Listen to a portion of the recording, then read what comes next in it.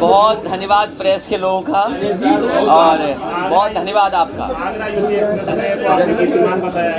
मैं आपका धन्यवाद देना चाहता हूं और आज मुझे कर्मानंद परमानंद और इनके परिवार के बीच में आने का मौका मिला। पारिवारिक कार्यक्रम में शामिल हुआ हूं। हालांकि ये इसी पैतृक गांव से निकल कर के मुंबई तक पहुंचे हैं। पिताजी के आशीर्वाद से ये सफल हुए जीवन में। खुशी की बात यह है कि पहुंच गए हो मुंबई, कारोबार कर लिया हो, लेकिन अभी भी अपने गांव, अपने ग्रामीण क्षेत्र को नहीं छोड़ा है। जो हमारी भारत की परंपराएं हैं, वो भारत की जो संस्कृति, उसमें अभी भी ये शामिल होकर के लोगों को जोड़ करके कार्यक्रम कार्य में धन्यवाद देना चाहता हूँ, बधाई देता हूँ इनको। और जहाँ तक जौनपुर की बात है, मैं जौनपुर की जनता का धन्यवाद दूंगा कि पिछले चुनाव में उन्होंने बहुत समाजवादी पार्टी का समर्थन किया, सरकार बनाने के लिए वोट दिया। हालांकि कुछ वोटों से ही रह गए हैं। जौनपुर के पुराने इतिहास में अगर हम उठा करके देखें तो लोकसभा पिछली बार बहुत कम वोटों से हम लोग रह गए थे। जो गठबंधन की लोकसभा थी मछली शहर, ये जौनपुर जीते थे। वहीं अगर हम इस विधानसभा का देखें तो कम वोटों की वजह से सरकार से बाहर रह गए। जिस तरह जौनपुर में कम वोट से हम हारे हैं, चाहे मणियाऊ रहा हो, चाहे ललई पूर्व मंत्री हारे हों, चाहे बदलापुर हम हारे हों या शहर की सीट हारे हों, ये बहुत कम वोट से हारे। शायद जौनपुर के इतिहास में इतने कम वोटों से कोई पार्टी नहीं हारी होगी। 10 या 15 हज़ार वोट बढ़ा ले गए होते। ये समाजवादियों का गढ़ रहा है। 10-15 हज़ार वोट में ही पूरा का पूरा भारतीय जनता पार्टी का सफाया हो जाता है। मैं अपील आपके माध्यम से कार्यकर्ता नेताओं से करना चाहता हूं कि सदस्यता अभियान में जिम्मेदारी से सदस्य बनाएं, घर घर जाके सदस्य बनाएं, गांव-गांव जाकर के पार्टी की नीतियां कार्यक्रमों को समझा करके सदस्य बनाएं। और मुझे भरोसा है कि सदस्यता के कार्यक्रम के बहाने हम अपनी नीतियां और कार्यक्रम जनता तक पहुंचाने में कामयाब होंगे। सदस्यता के सहारे हम अपने कार्यक्रम, अपने पार्टी के फैसले जनता तक पहुंचाएंगे। और किस तरीके से नोटबंदी फेल हुई, जीएसटी फेल हुआ, अग्निवीर गलत योजना है और केवल उद्योगपतियों के सहारे ये सरकार आगे बढ़ना चाहती है। हालांकि ये सरकार पहले भी इन्हीं की थी, आज भी सरकार इनकी है, दिल्ली की भी सरकार इनकी है। इनको तो सड़कें अच्छी बना देनी चाहिए, लेकिन सड़कों के इंजीनियर से ही जब पैसा ले लेंगे, जब सड़क बनाने वाले इंजीनियरों से ही पैसा ले लेंगे, तो क्या उम्मीद करोगे आप सड़क कैसी बनेगी। और फिर हाल ही में आपने बुंदेलखंड एक्सप्रेसवे को देखा होगा। आपने प्रदेश की सबसे बड़ी योजना, सबसे ज़्यादा बजट खर्च हुआ हो, देश के प्रधानमंत्री उद्घाटन में आए हों और एक बारिश में बताओ गड्ढे हो गए हों, गाड़ियाँ पलट रही हों, गाड़ियाँ गड्ढे में घुस जा रही हों, जिन लोगों की जान जा रही, जिनको इलाज करना पड़ रहा है, वो अपने पैसे से इलाज कराएं। सड़क टैक्स से बन रही है, उन्हीं के पैसे से सड़क बन रही है, और बाद में एक्सीडेंट हो जाए तो अपने ही पैसे से इलाज कराओ। ये गठबंधन तलाक के बारे में वो जनता के खिलाफ फैसले हैं। आप जीएसटी देख लीजिए, दूध, दही, मक्खन और सब पे जीएसटी लगा दिया। आज़ादी के बाद ये पहली सरकार है जिसने इस तरीके से जीएसटी लगाई है। कल को हम अगर सावन के महीने में भोलेनाथ भगवान पर अगर हम चढ़ाने जाएंगे दूध, तो दूध हो सकता वही हो जिस पे जीएसटी टैक्स सरकार ने वसूला हो।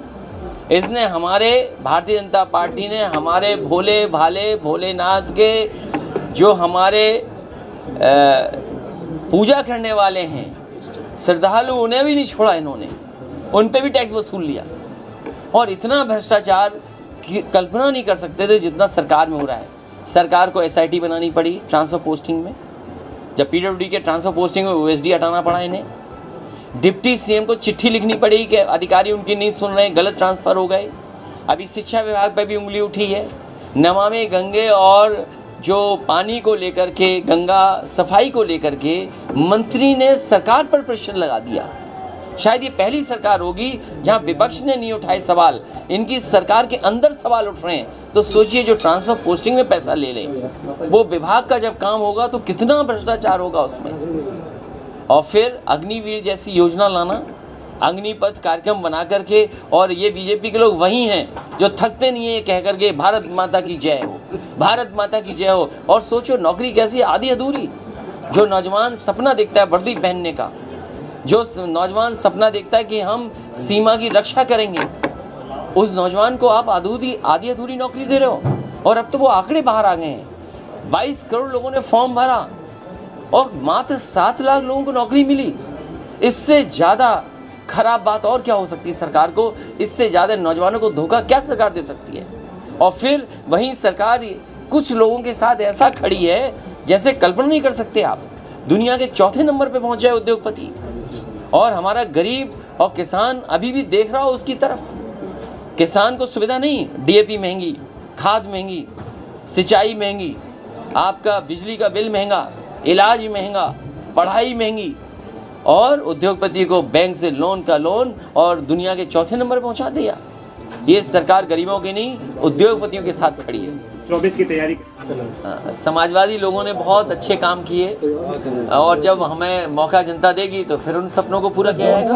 कमेंट किया है जो कांवड़ियों में पुष्प वर्षा। देखिए धर्म पर बहस नहीं हो सकती, जैसा धर्म है वैसा स्वीकार कर। जौनपुर का मेडिकल 24 के चुनाव के 22 वाले सब रहेंगे साथ। ये मेडिकल कॉलेज नहीं बनाएंगे। अभी मैं कन्नौज के मेडिकल कॉलेज में गया था, 24 कैंसर डिपार्टमेंट देखा, जीरो, न मरीज न मशीन न डॉक्टर्स। मैं दूसरे विभाग में गया, कैंसर इंस्टीट्यूट में, जो कैंसर एक डिपार्टमेंट बना है, जीरो वहाँ पर। सैफई में बन रहा है, जीरो। आजमगढ़ में कोई बजट नहीं दिया। मैं गया था सिद्धार्थ नगर, कुछ नहीं मेडिकल कॉलेज।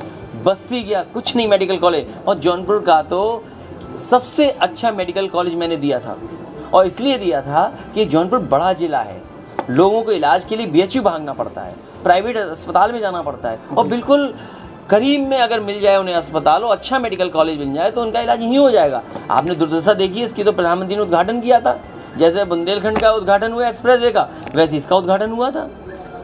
ये मॉडर्न खंडर बना दिए हैं। 22 वाले गठबंधन क्या 24 में रहेंगे सर?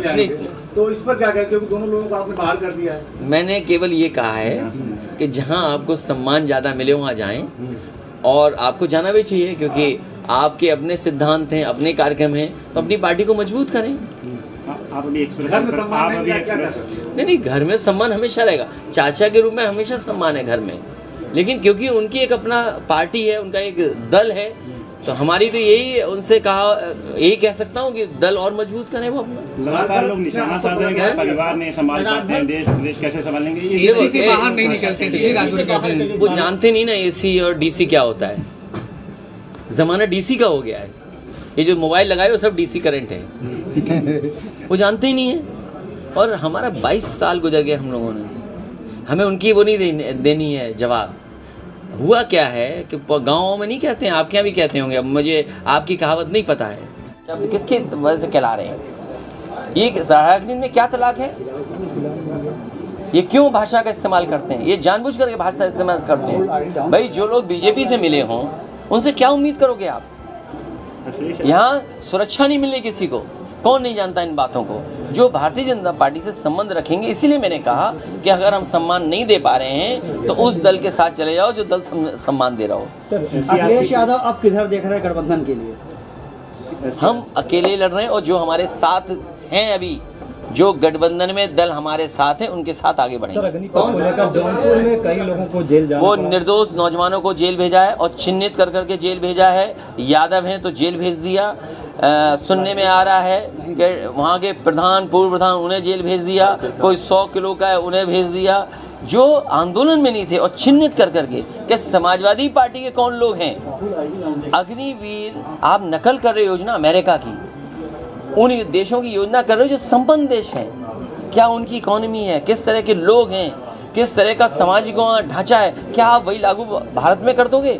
भारत में तो नौजवान सपना देखता है वर्दी पहनने का, ये वर्दी नहीं पहनाना चाहते हैं। इन नौजवानों के सपनों को तोड़ना चाहती सरकार। अखिलेश जी, 24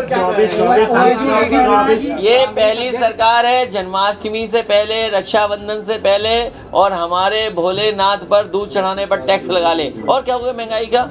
डीएपी बोलो कहाँ पहुँच गई, खाद कहाँ पहुँच गई, गैस सिलेंडर कहाँ पहुँच गया, और रुकिए डॉलर और रुपया कहाँ पहुँच गया?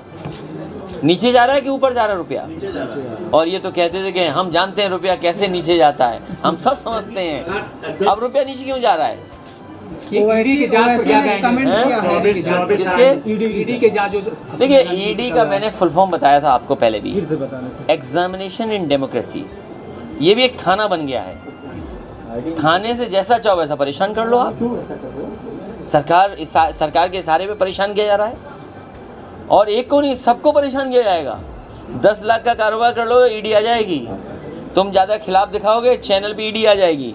यहाँ कुछ चैनल होंगे जिन पे ईडी आई थी पहले। 24 राज्यसभा सांसद निलंबित हैं, लगातार धरने पे बैठे हैं। क्या चीज़? राज्यसभा सांसद जो निलंबित हुए धरने पे बैठे हुए। नहीं, ये सरकार को बहस करानी चाहिए। जो सदन में मुद्दे हैं, अगर सदन में सदस्य चाहते हैं बहस हो इन मुद्दों पे, तो सरकार पीछे क्यों हट रही है? उन मुद्दों पे बहस करे, महंगाई पे बहस करे, जीएसटी पे बहस करे, ईडी का दुरुपयोग पे बहस करे। सरकार क्यों पीछे हट रही है? मॉडल स्कूल को लेगी वो। राजभर जी कह रहे दलितों का सम्मान सपा में नहीं है। ये सब बातें मत बोलिए, इसलिए मत बोलिए। उनकी भाषा बीजेपी की भाषा है। बीजेपी जो बुलवाएगी वो बोलेंगे वो। क्या राजभर बीजेपी के लिए काम कर क्या रहे लगता हैं? नहीं था कि आपको नहीं पता? उनका इंटरव्यू नहीं सुना आपने? आपको सवाल ये पूछना चाहिए कि अगर मेरे लिए वो एसी के लिए कह रहे हैं, जब वो हमारे साथ थे तो देश के होम मिनिस्टर और देश के प्रधानमंत्री जी के लिए क्या कहते थे? ऐसी बातें बोलते जो मैं बोल ही नहीं सकता। तो बसपा बोली, बसपा इशारा बुलाएगी, घंटी देगी तो हम जाएंगे। बुआ तो मना देखिए, करेंगे। ये मुद्दा आपके लिए हो सकता है, जनता के लिए मुद्दा नहीं है। ये मुद्दा न्यूज़ के लिए हो सकता है, ये मुद्दा जनता के लिए नहीं है। जनता बदलाव चाहेगी, क्योंकि जीएसटी देख रही है, बेरोजगारी देख रही है, महंगी बिजली देख रही है, सिलेंडर देख रही हैं, और किस तरीके से अन्याय हो रहा है। आप देखो, पिछड़े दलित की बात करते हैं, आप आदिवासियों की बात करते हैं, क्या मिलना उनको ये बताओ आप? पूर्व राष्ट्रपति एपीजे कलाम साहब ने एक उद्घाटन किया था सोलर प्लांट मेरे यहाँ, पूरी ग्राम सभा में फ्री बिजली चलती थी। बताओ, ये सम्मान है किसी राष्ट्रपति का? ये जो, अगर मैं ये बात कह दूं कि पूर्व होने के बाद वो देश के राष्ट्रपति थे, उन्होंने उद्घाटन किया था। किसको धोखा दे रही है बीजेपी? बीजेपी धोखा देने के लिए नाम आगे करती है। महंगाई का मुद्दा है, सब कुछ है, लेकिन उसके बावजूद कहाँ आपको लगता है कि फेलियर हो जाता है कि बार-बार जनता जो है वो? इसीलिए सदस्यता कार्यक्रम चलेगा और जनता तक जाएंगे। ये हार जरूर हुई है पार्टी की, लेकिन जनता ने जिताने के लिए वोट दिया था। हम थोड़ा सा मेहनत और करेंगे, आपकी पार्टी जीतेगी। क्षतिग्रस्त होने की रफ्तार आप कहते हैं कि एक्सप्रेसवे की? एक समय याद होगा, गोरखपुर और फूलपुर भी हारे थे मुख्यमंत्री और डिप्टी सीएम। ये राजनीति में चक्र चलता है। चलिए, बहुत धन्यवाद आपका, प्रेस के साथियों का। अगर आपको हमारा वीडियो पसंद आया है तो प्लीज़ लाइक कीजिए, सब्सक्राइब कीजिए और बेल आइकन की घंटी जरूर दबाइएगा।